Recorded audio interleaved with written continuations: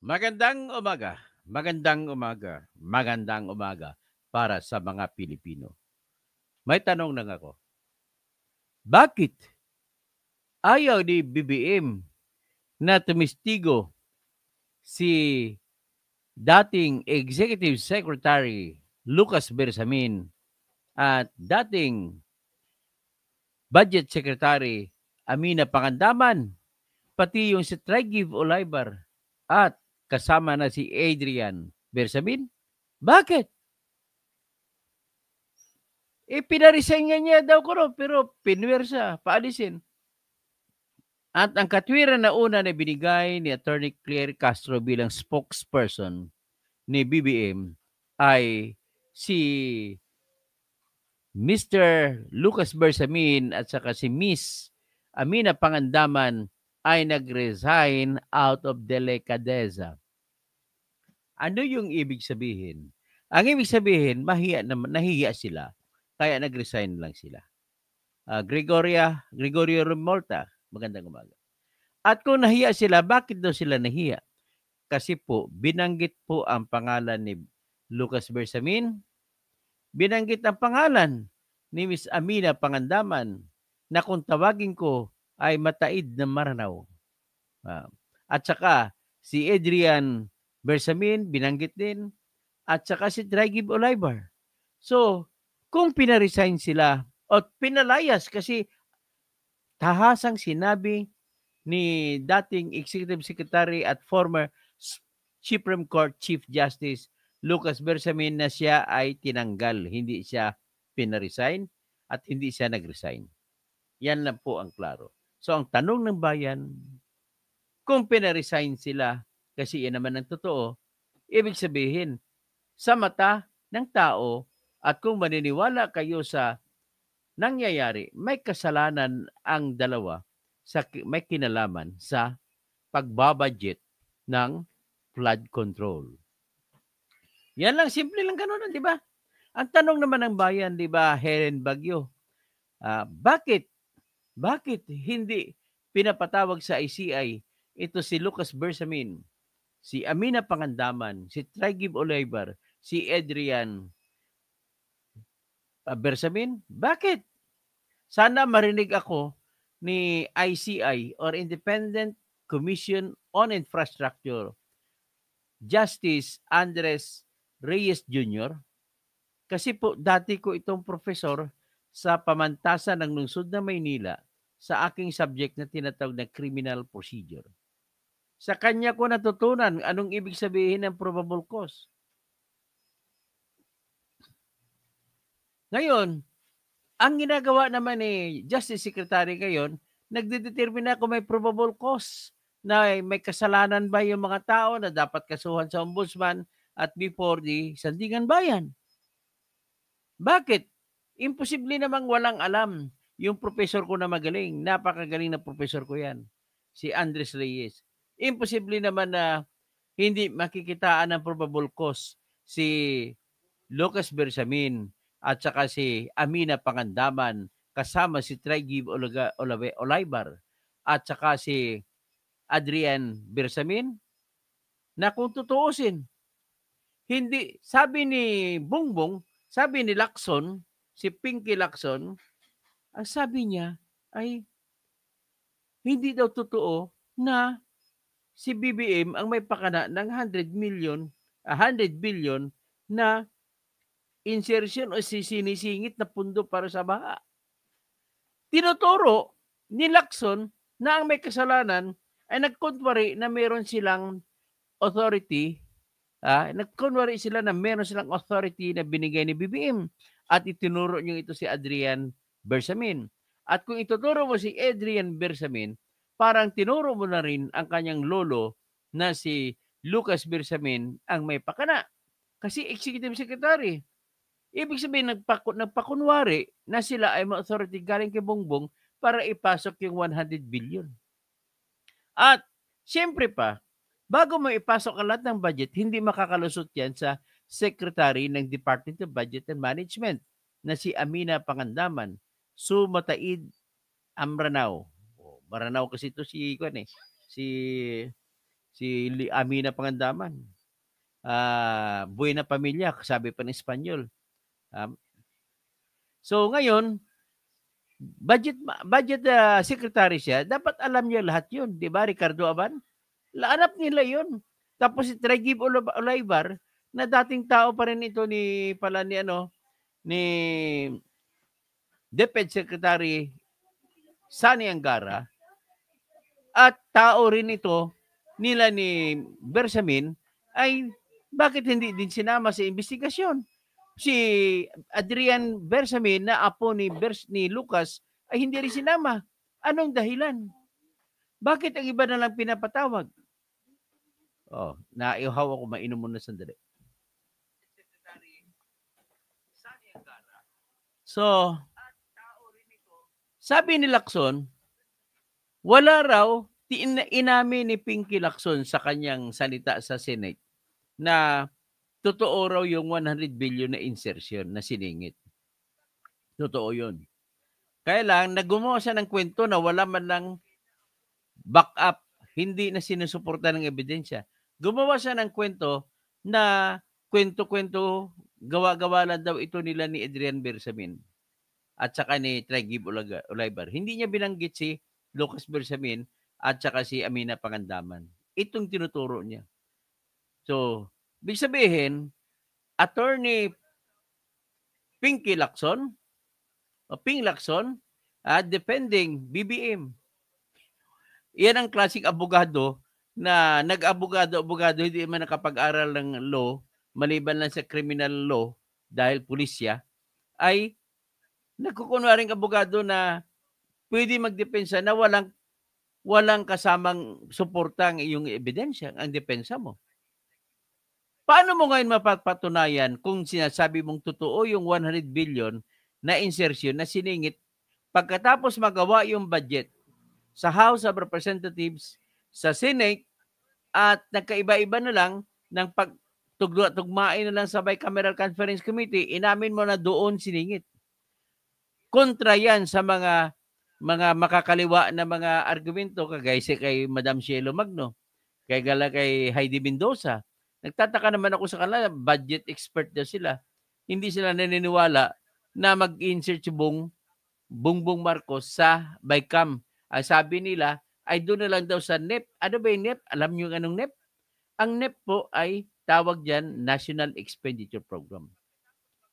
Ang National Expenditure Program po ay iniutos sa ating Constitution sa Section 22, Article 7, na sinasabi niyan, pagkatapos na mag-deliver, magtalumpati si Presidente ng kanyang State of the Nothingness Address, State of the Nation Address, ay within 30 days, magsusumiti siya ng kanyang panukala kung magkano ang mga gagastusin, ano ang pagkagagastusan, at kaninong departamento ilalagay ito para ipapatupad.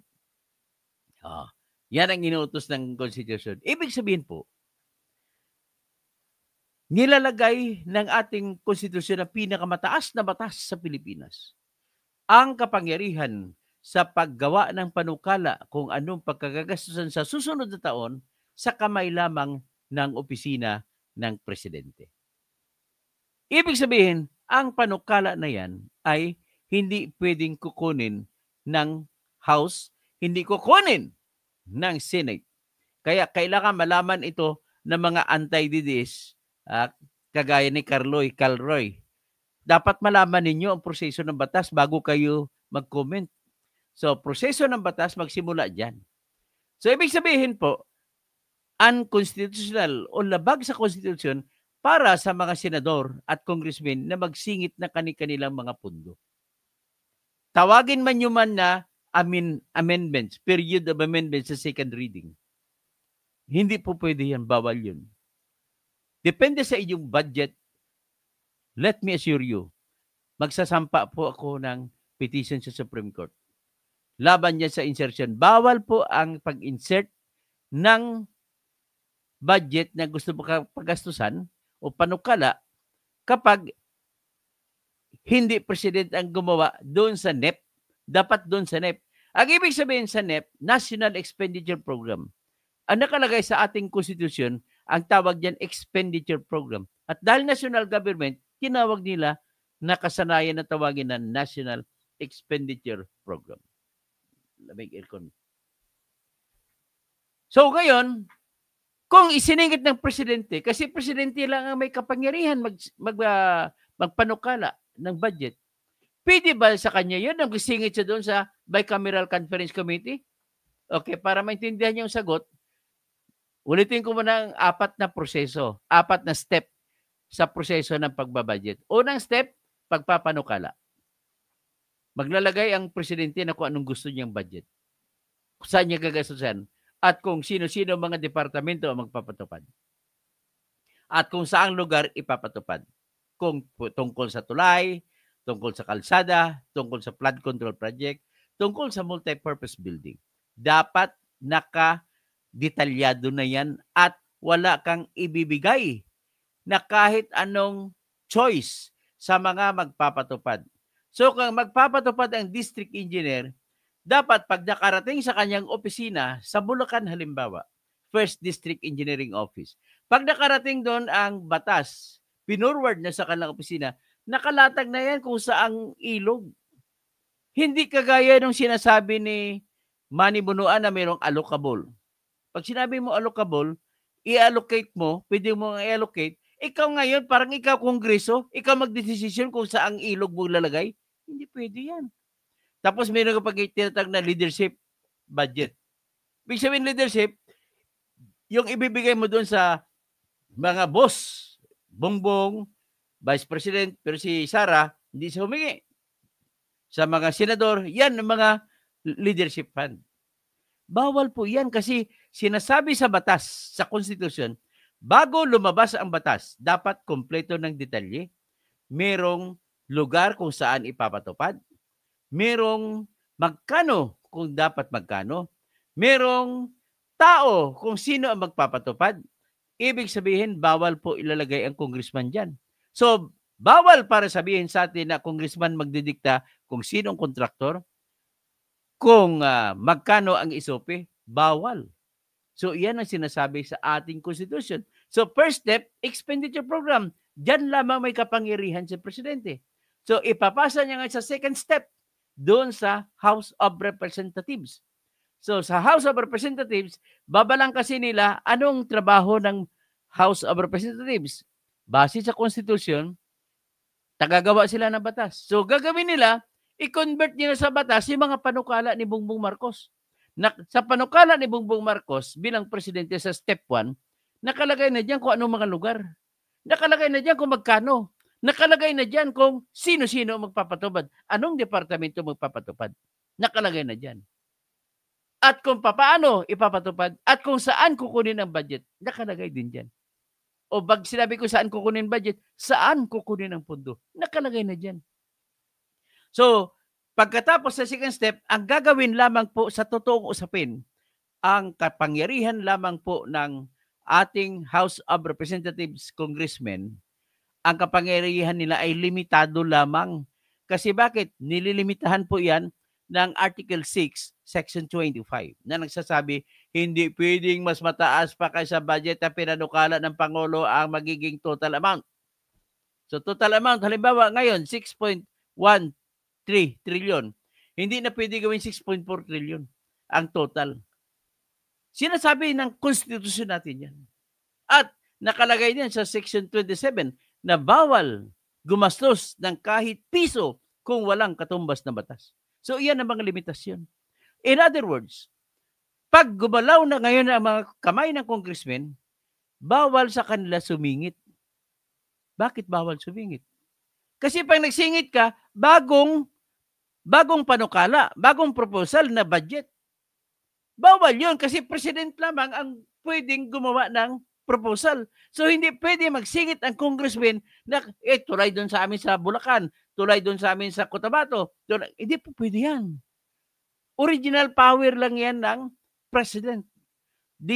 Ano naman ngayon ang magiging kapangyarihan ng congressman? Ang kapangyarihan ng congressman lamang po ay ganito. Halimbawa, may budget na doon sa, tatawagin ko lang, Agus River Flood Control Project. Alam niyo kung saan ang Agus River? Roo sa Lanao del Sur. So, Agus River, lagay mo, 200 million. Nakalagay kung sa bunganga ng lake ng Lanao, Agus River. Paglabas kasi Agus River, diyan lumalabas ang tubig.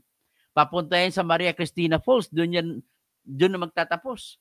Kaya Maria Cristina Falls Electric Power Energy, the biggest electric power noong araw. Ngayon marami na, meron ng Agus 4, gumawa ng bagong lake. Ibig sabihin, lahat po ng panukala magagaling dapat sa presidente. Kompleto na. So ngayon, ang gagawin lamang ng congressman, titingnan lamang, ay Mr. Chair, mahal naman ata ng pako dito nilagay. Mr. Chair, simento nilagay, mahal ang presyo. Mr. Chair, kulang pa itong budget, dapat dagdagan natin. Hanggang doon lamang po kapangyarihan ng congressman natin. Hindi po din sila pwede magdagdag ng proyekto. Tapos halimbawa, nagdoble, ang pinaka-maximum na power ng congressman ay tanggalin ang isang proyekto. Kung talagang harap-harapan na walang katwiran. Halimbawa, nagdoble, Mr. Chair, napunduhan na natin ito noong nakaraang taon. Bakit may pundo na naman ganito? Yan, pwede tanggalin yan.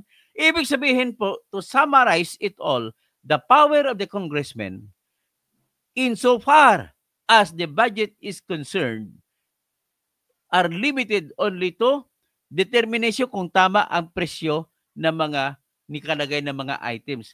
Nakalagay halimbawa, 100,000 sweldo ng pulis. Ay, mali ito si Mr. Chair. Dapat 40,000 lang. Yan naman pinakahuling sweldo nila. Parang gano'n lang yan, kasimple.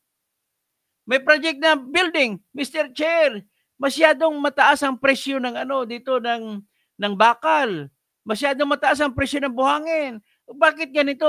Yung estimate na sa labor masyadong mataas. Ganun lamang ang trabaho ng congressman. Mag-check lamang kung tama ang mga presyo na nakalagay sa budget.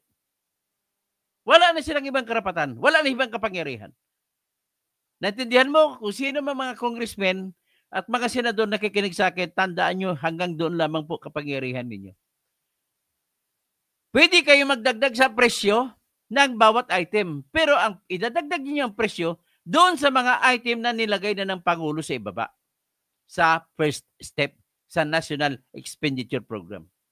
So pagkatapos nun, ibig sabihin kung ano ang mukha ng National Expenditure Program during the first step of the process ay dapat halos ganun din ang mukha sa second stage. Yung second stage, yung pagtingin, pag-usisa, hanggang usisa lang kayo, Mr. Chair, hanggang usisa lang kayo, Mr. President, Mr. Speaker, hanggang usisa lang tayo. Kaya hindi natin tanggalin itong siningit ni Chair Swansing.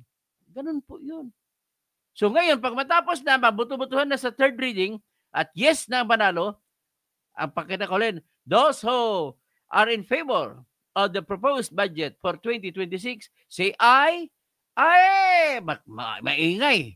Tapos, those who are not in favor, say nay. So, the ayes have it, pak. Yun, papasa na ngayon sa Senate of the Philippines. Pagdating sa Senate, repeat process lang. Ganon din kung anong ginawa sa House, ganon din ang gagawin nila. So, bawal ang senators na maglagay ng kanilang sariling panukala. Kaya bawal yan, Risa Hontiveros. You can only call an amendment kung amenda ang presyo. But you can never call it as an amendment kung naglagay ka ng bago. It is original proposal. It can never be called in any dictionary as amendment. Ganun lang ho kasimple yan.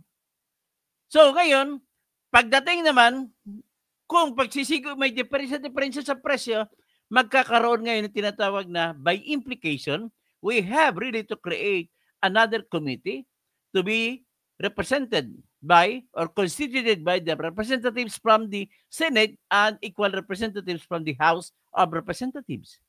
Mag-meet sila pag tugma-tugmain na budget. Pag tama na, sa kanila ibigay sa Office of the President. Ganun lamang po ang proyekto, ang proseso ng budget. Pinapahirapan pa ninyo. Ang purpose ng pagpahirap ay para kumita kayo. Di ba? So ngayon, dahil budget pinag-usapan natin, at dahil ang Department of Budget and Management ay hindi po siya magbibigay ng kanyang National Expenditure Proposal or Program, sa Senate or sa House of Representatives kung walang pagsang-ayon ng Office of the President. Yan, ang Office of the President, ang pipirma para sa kanya ay Executive Secretary Lucas Bersamin. Therefore, alam ni Bersamin kung ano nangyari sa mga budget. Alam ni Pangandaman kung ano nangyari sa budget. At dahil meron silang assistant, alam din ng kanilang assistant. So ngayon, pinaresign mo ngayon, tinanggal mo ngayon sa pwesto si Bersamin at si Pangandaman, BBM, dapat, it necessarily follows by logic na dapat pinatawag din sa ICI, ito si Bersamin, at saka si Pangandaman, at saka si Tragib Olaybar, at saka si Adrian Bersamin. Kaya lang, ang problema sa inyo, bakit hindi nyo, despite the fact na si Saldico, binulgar na ni Saldico at logical ang lahat na sinabi ni Saldico. At ang kanyang pagbubulgar ay sa pamamaraan ng pag-upload ng kanyang video. Ang video ay in-upload sa kanyang verified Facebook account. Nag-ibig sabihin, yung Facebook account ni Saldico na nagpalabas ng mga video ay totoo kay Saldico. Hindi yan bibigyan ng blue check ng Facebook kung hindi siya ang may-ari. At dahil totoo na siya may-ari, imposible naman hindi na ang lahat ng lumabas dyan ay hindi naprubahan ni Saldico. In other words, lahat ng lumabas na video, kahit anong pang EIA nyo dyan, what is important is, it comes from the official page of Saldico. Nothing less, nothing more. Kaya kung ganon, yung mga patutsada nila ni Remulla, mahaba daw ko na ang series ng Netflix, hindi niya binabasa. Ganon din si Vince Dizon, ganon din yung professor ko dati sa criminal procedure, na si Andres Reyes, ay parang wala silang gana. Hindi nila ayaw nila titingnan yun dahil binabanggit ni Saldico si Pangandaman, si Bersamin, at saka si Tragib Olaybar at Adrian Bersamin. At kung totoo, kung meron akong sinasabing dahilan bakit ayaw niya ni BBM, sapagkat mabibisto siya. Alam mo, pag inamin pag nagsalita si Lucas Bersamin, napakataas ng uri ng bigat ng kanyang salita. Pagdating dyan.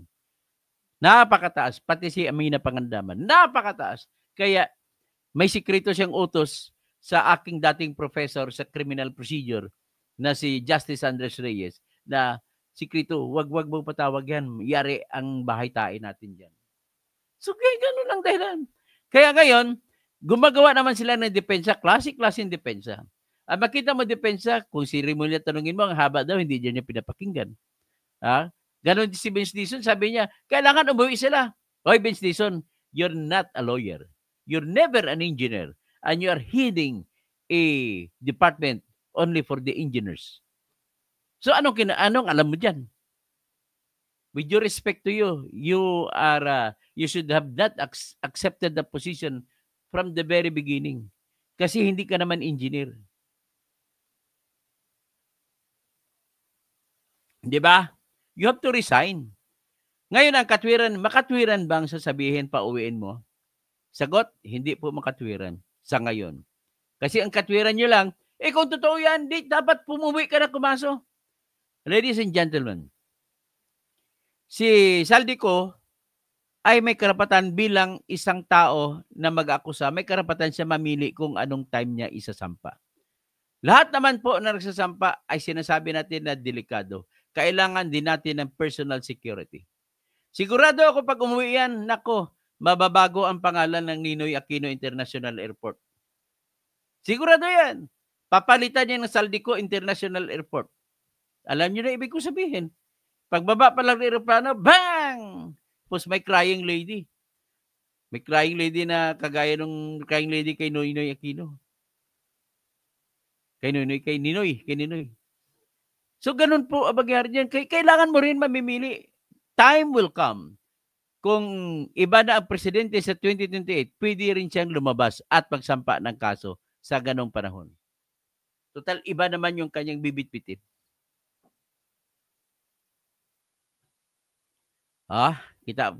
So, alam na yung dahilan. So, pakinggan na lang natin. Kahit nga si Raisa Robles na very, very fair ito na tao, na babae na reporter, ay nag-opinion na napakaseryoso po ng akusasyon ni Saldico at huwag niyong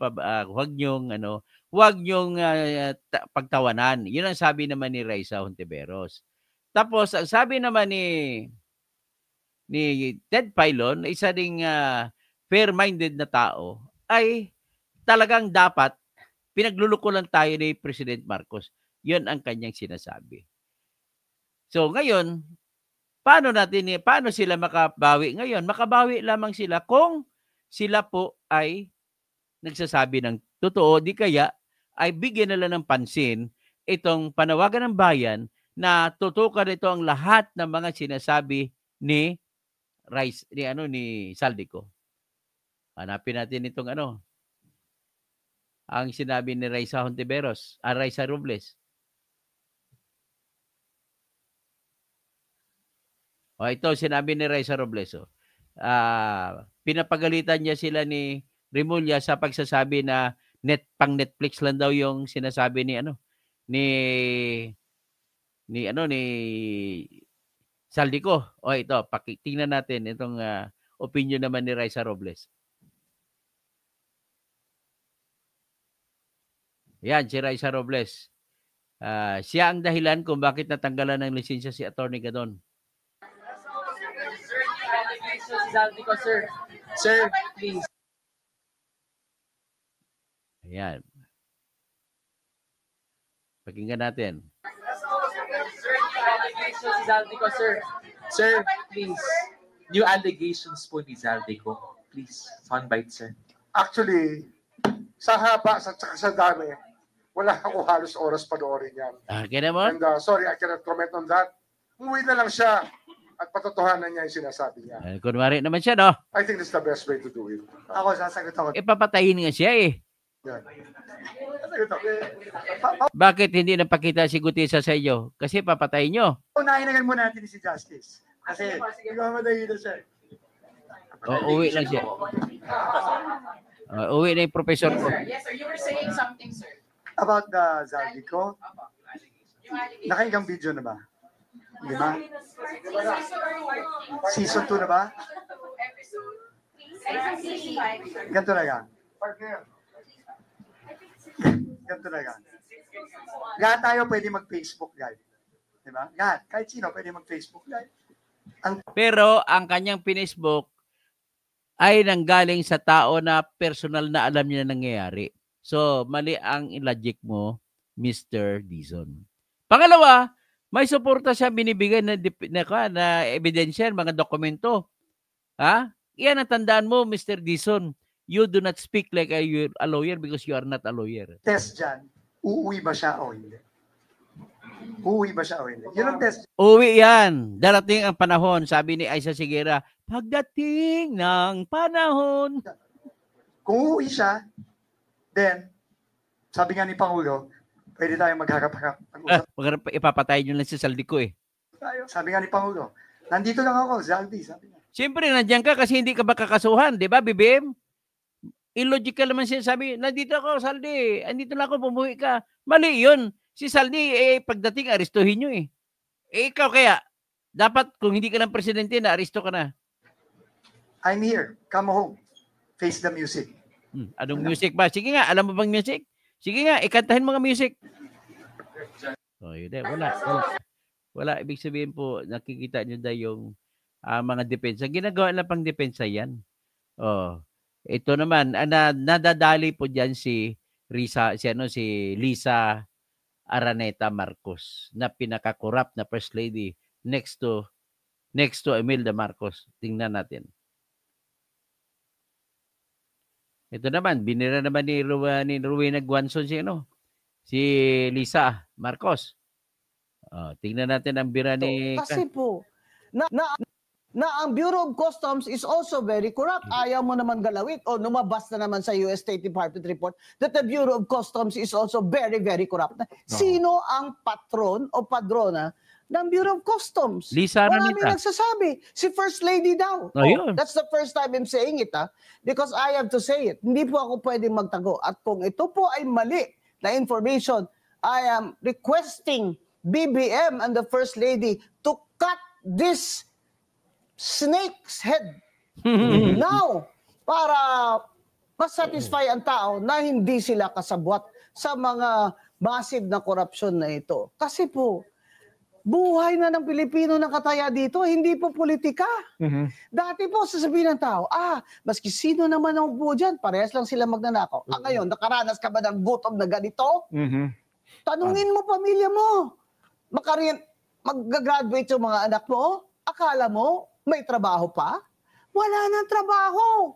Akala mo, kahit ka ng kayod ngayon para mapatapos mo yung anak mo? Pagka-graduate, maahon ka? Wala nang trabaho. Another 3 years, wala nang trabaho. Foreign Yan, ha? So, yan po ang sinabi ni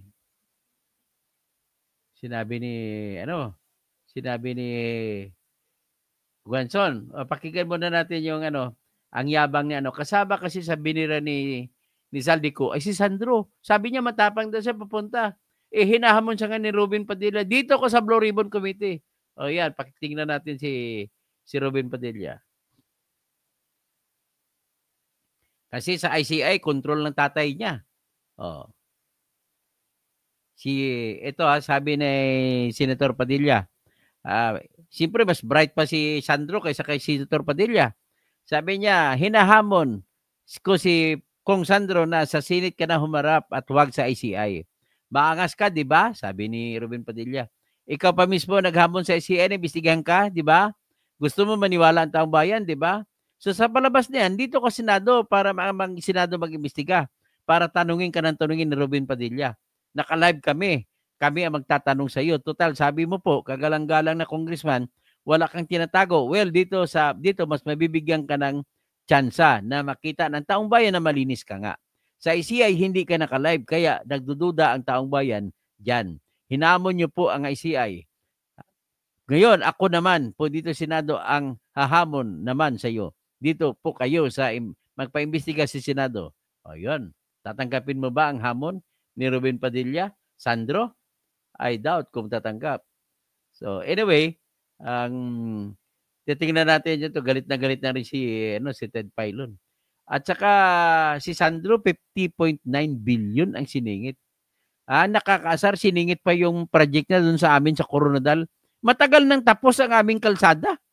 1972 pa lang tapos na at hindi pa nag-crack hanggang ngayon. 53 years na.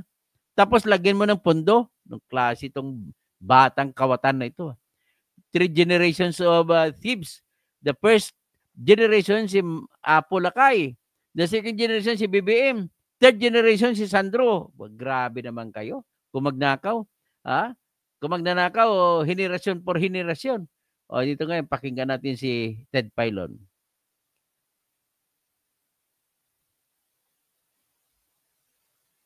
O ito si Didi Chacha tsaka si Ted Filon. Pakinggan natin. Mauna? Parang... So sa mga nagtatanong, okay. So sa mga nagtatanong, ilang araw bago magpasko, 28 days at ilang araw na lang po mga kapatid, magmula nang ito'y pumutok na balita, hanggang ngayon po ang hinahanap po nila ay matatabang isda.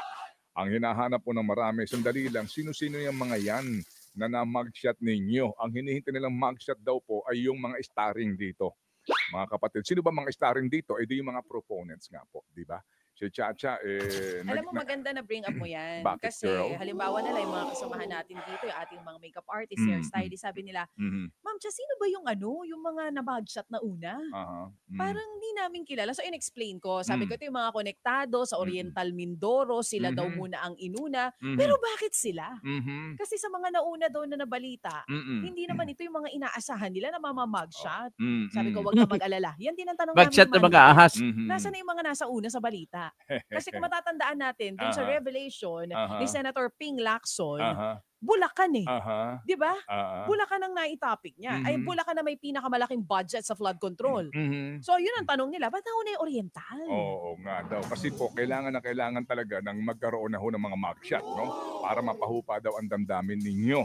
Pero mga kapatid, tandaan din po natin na ang lahat ng ito ay nagsisimula dito po sa mga nag-aalutaga, naglalagay po ng budget. Pero, wag natin kaligtaan din, na hindi po makakakolekta itong mga magnanakaw kung wala ang nagre-release ng budget. Yes!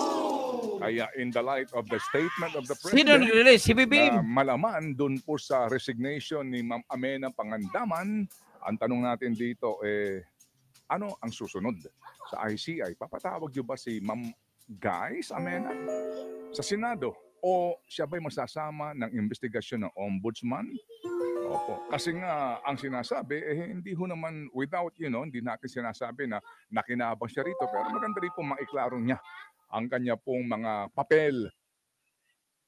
Anong papel? Wala na talaga, wala na pag-asa itong Pilipinas sa totoo lang.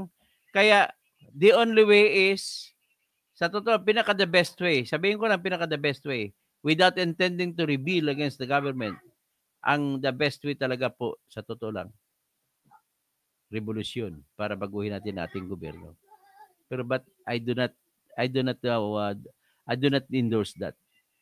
Pero kung tanungin mo sa theory, the best is revolution at magsimula tayo lahat bago. In the same manner, halimbawa, ihantilihin tulad ko sa pamilya Romanov sa Russia. Anong nangyari sa Russia? Noong 113 years na namumuno ang pamilya Romanov na bilang hari sa Russia, ay laging mga abuso, laging mga pagnanakaw sa kanilang kaban ng bayan nila sa Russia ang nangyari, kaya nagrevolusyon. Doon po ipinanganak ang kaisipan ng komunismo. Kaya nang naisilang ang komunismo, lumabo hanggat sa dumating ang panahon na dumami ng mga naniniwala sa komunismo, at ang paniniwala naman sa komunismo ay dulot naman ng pang-aapi ng kaharian ng mga Romanov. At dahil doon, nagrevolusyon ang mga komunismo na naniniwala sa komunista. Nang revolusyon sila sa Bolshevik Revolution, wala na. Pinatay po nila hanggat sa mga apo, bata pa lang, kahit bagong silang pa lang na anak ng mga Romanov ay pinatay nila. Ang hindi lang ata napatay diyan si Putin, yung tatay ba o lolo ni Putin ngayon. Si Rasputin, na siyang parang inkargado kung siya nagpapatupad ng lahat ng gusto ng hari. Gusto niyo ba mangyari ganun? Kita mo nung nangyari, nagkaroon ng malaking pagbabago ang Russia, nabuo ang komunismo. At least sa pag-usapan natin, nababago yung pamahalaan. At dahil doon, unti-unti nahubog yung kaisipan ng mga Russians at nawala na rin ang komunismo, pumalit na rin ang autocracy, yung mga kung sino oligarchy na pumasok una si Boris Yeltsin, pagkatapos si Anatoly Gorbachev, nawala sila, pumalit si Putin, inuulit ng mga ni Putin. Sigurado ako dami mga Russians ngayon ang galit kay Vladimir Putin. So, in the same manner, ganun din po nangyari sa bansang Romania. At pinatay din po ang lahat ng apo, asawa, mga anak ng hari ng Romania. Kung tawagin mo, Tsar. Ganun po ang nangyari. Kaya nang tinanggal nila, nagbagong buhay na ang bansang Romania. Gusto niyo ba gawin din sa Pilipinas? Nung ginawa sa Pilipinas yung 1986, hindi tayo nagkasya. Nagkasya na lang pala tayo sa pinatapon si Marcos. Ang problema sa panahon ni Ramos, pinabalik niya yung mga Marcos. Ayan. Kaya dyan mo makikita, once a magnanakaw, always a magnanakaw. Kita mo? Ganun talaga. Kitang-kita naman natin ang pagnanakaw na naniniwala po ako sa sinasabi napakaseryoso na sinasabi ni Saldico na kada buwan 2 billion ang kinukuha ni BBM. Maliban pa sa 2 billion kada buwan mula ng Setyembre 2022 hanggang sa kasalukuyan ay nagpasingit pa siya ng 100 billion. At hindi rin magpapatalo itong anak, yung apo, na nagpasingit niya ng 50.9 billion. Akalain mo, nakita ko rin ng examen ko, kalsada sa Digos, Davao del Sur, nilagyan ng pundo papuntang Cotabato City. Matagal nang tapos yung kalsadang yun. Nilagay mo pang pundo. So, ibig sabihin, ghost. Kunwaring project lang, tapos binayaran na. Tapos, gano'n din ang ginawa mo sa bayan namin. Ginawa mo sa bayan namin po ay gano'n din. Sa Coronadal, ang kalsada mula Cotabato na tawagin mo Dulawan. Yung pangalan dati na Dulawan Highway. Dulawan papuntang General Santos City. Dadaan sa Coronadal. For all you know, doon ako pinanganak sa Coronadal. Doon ako lumaki, doon ako naging elementary, doon ako nag high school. Sa henerasyon ko sa Coronadal, simple lang payak na payak ang buhay namin doon. Makabaon ako, tuwang-tuwa na ako, bibigyan ako ng tatay ko ng 10 sentimo na baon. Na malimit, wala. Naglalakad ako 2 kilometro papunta, pabalik sa eskwelahan. Panahon na yon, wala pang simento ang aming mga kalsada, pero yung kalsada namin ng grade 1 ako, mula Coronadal hanggang General Santos City, nagawa na po. At hanggang ngayon, hindi pa napalitan yung kalsada ngayon. Ni isang crack, wala ka makikita. Sino ba gumawa nun? Sa panahon pa ni Marcos Sr. yun. Ang gumawa po nun, Koreano na mga kontraktor. At ang Koreano gumawa nun dahil inutang ni Marcos sa ibang bansa. At ang ibang bansa na pinagkautangan, sila magsasabi kung sino kontraktor ang gagawa. Yan ang dahilan na bakit kung hindi Pilipino pala na kontraktor gagawa, matibay ang kalsada. 53 years now. 53 years. What is 53 years? Wala ka pa makita ang mga crack. Tapos pupunduhan pa ni Sandro Marcos ng 200 million. Saan? Asan ang 200 million na kalsada sa amin? Ito lang po, ladies and gentlemen. I'm looking at the situation with all fairness. Kung wala kang tinatago, BBM, patistiguhin mo ito sa Senate Committee. Si Bersamin, si Pangandaman, si Adrian Bersamin, Trigib Ulaybar. Actually, kahit hindi na siya mag-utos, si Ping Lacson na lang ang susi. Kung ayaw patawag ni Ping Lacson ito, konfirmado na naman na abogado na naman ni Bongbong Marcos si Ping Lacson. Inagaw nila ang pwesto sa pagka-Blue Ribbon Committee, walang ibang dahilan dahil lamang para sa proteksyon ni Saldico. Kasi dati ayaw na patawag si Saldico. Dati ayaw ipakansila ni BBM sa passport ni Saldico. Ngayon, pinakansila na. Oh. Dati, si Romualdez, hanggang ngayon, ayaw nyo pa rin. Kasi mabibisto si Bongbong Marcos kung ipapatawag ang lahat ng ito. Diba? Ganun na ho kasimple. So, hindi ko na sasagutin. Sobrang namumutawi ako dito sa ano. Daming mga troll. Tawag sabihin, kalbo ko, no. Nako. May tumatawag pa sa akin, bakla. May tumatawag sa akin, support. Ano pa talagang, kung may argumento kayo, kontrahin yung aking argumento sa pamamagitan ng paglatag ng ebidensya na hindi nga na mali nga ako. Hindi tawagin mo akong kalbo, tawagin mo kung ano, hindi ko magbibigay ng ano. May basahin ako pero parang hindi naman ako nasasaktan pag tinawag niya akong kalbo kasi kalbo naman talaga ako eh. Sabi ng nanay ko, kalbo ako pero pogi naman. Oh. So ano kinatatakot ko sa kalbo? Natural naman sa tao, may kalbo, may hindi kalbo. Nung ipinanganak na tayo, sabi nga sa kanta, di ba? Inggit ka lang. Sabi na, inggit kami sa long hair mo. Kasi lahat naman tayo pinanganak ay kalbo. Oh. So Gregory Remolta, hi Idol, salamat po. Helen Baguio, good morning. Senior Toto Kausing.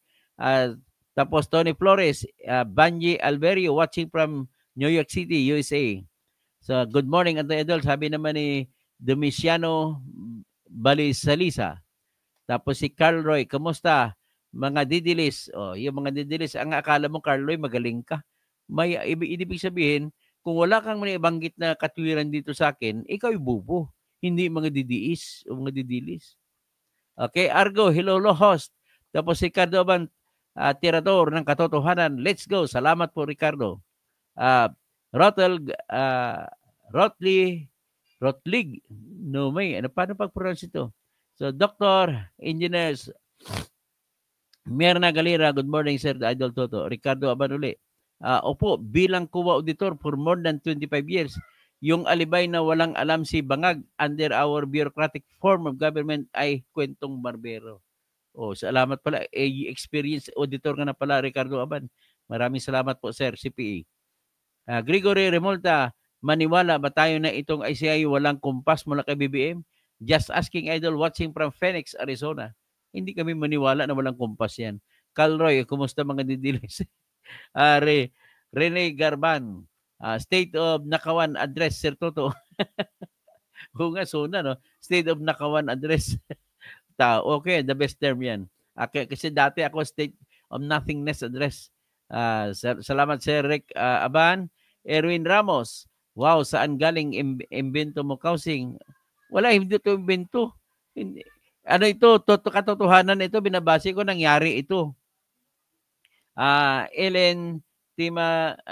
Elenita Maglaki, salamat po. Marcos Resign. Ricardo Grabe Tirador po, talaga kayo, katotohanan, salamat po. Loss situation si Marcos ngayon. Loss situation pala. Tapos Ricardo Aban, pwede. Roniel Mendoza, Marcos nga. Sona, State of Nakawan Address. Ito pa, maganda, State of Nakawan Address. Marcos Resign. Miss Daisy, gandang tanghali, katoto.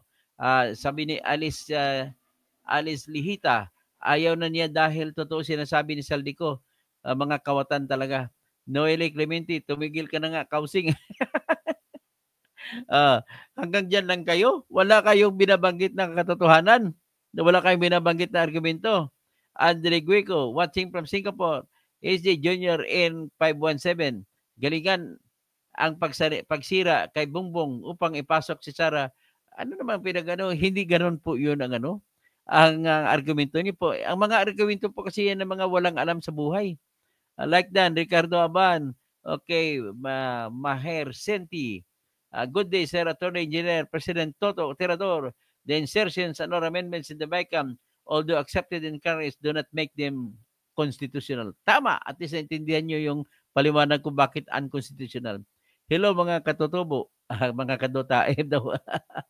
Okay, Natay, ikaw, hello kabukal. Ano naman, tawag kalbo na nga ako, tawagan pa kalbo. Huwag mo na i-obvious, masyado nang obvious. Ophelia Medillo, puro sila mga paninira. Natoy, ikaw, BBM lang sa kalam. Ano pa, paano mo sa kalam? Paano maging malakas si BBM?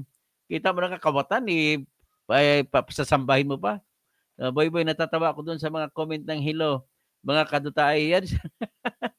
Hayaan mo lang yan. Maher Sinte, what the Constitution limits, Congress cannot expand. Any act contrary to the intent of the Constitution is reprehensible. Tama, you're right, sir. You talk like a lawyer. I know you're a lawyer also. Den of Thieves. Katoto, kumusta na kaya si Kong Adjong at pamilya niyang kontraktor, substandard sa mga lana din, sir? Anto na galubak ang kaiman to. Congressman Zia Adjong Alonto. Ba may dakal din sa perakan? Marami ng pera ni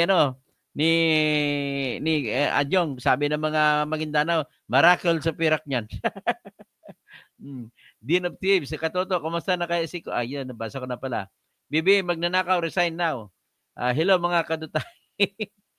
Hello kabukal. Ayun mga birada nila. Marvin Medis Lucendo, attorney, Toto Kausing for Senator. Tatakbo po ko president. Gusto ko kung aabot ako ng 10 million na subscribers. Pero kung hindi, malamang senador lang ako. Makausapin ko na si Inday Lustay. Sabi, magpalustay na lang ako sa iyo. Sabihin ko lang gano'n. Pero magaling sa totoo lang wala pong katibayan na ang confidential fund niya ay napunta sa masama. Kasi natural lamang po yun na itinatago ang pangalan ng pinagbibigyan ng pera pag confidential fund. Kasi sigurado ka, pag binuksan mo confidential fund ni Bongbong Marcos na 4,625 million, ay ganon din ang mukha ng mga resibo niya. Kaya huwag kayo magpaloko sa mga kwentong barbero ng mga hindi barbero. John Recipe, mas maganda yung ginawa ni BBM, puro korupsyon kasi kaysa lulo niya, sila lang yayaman.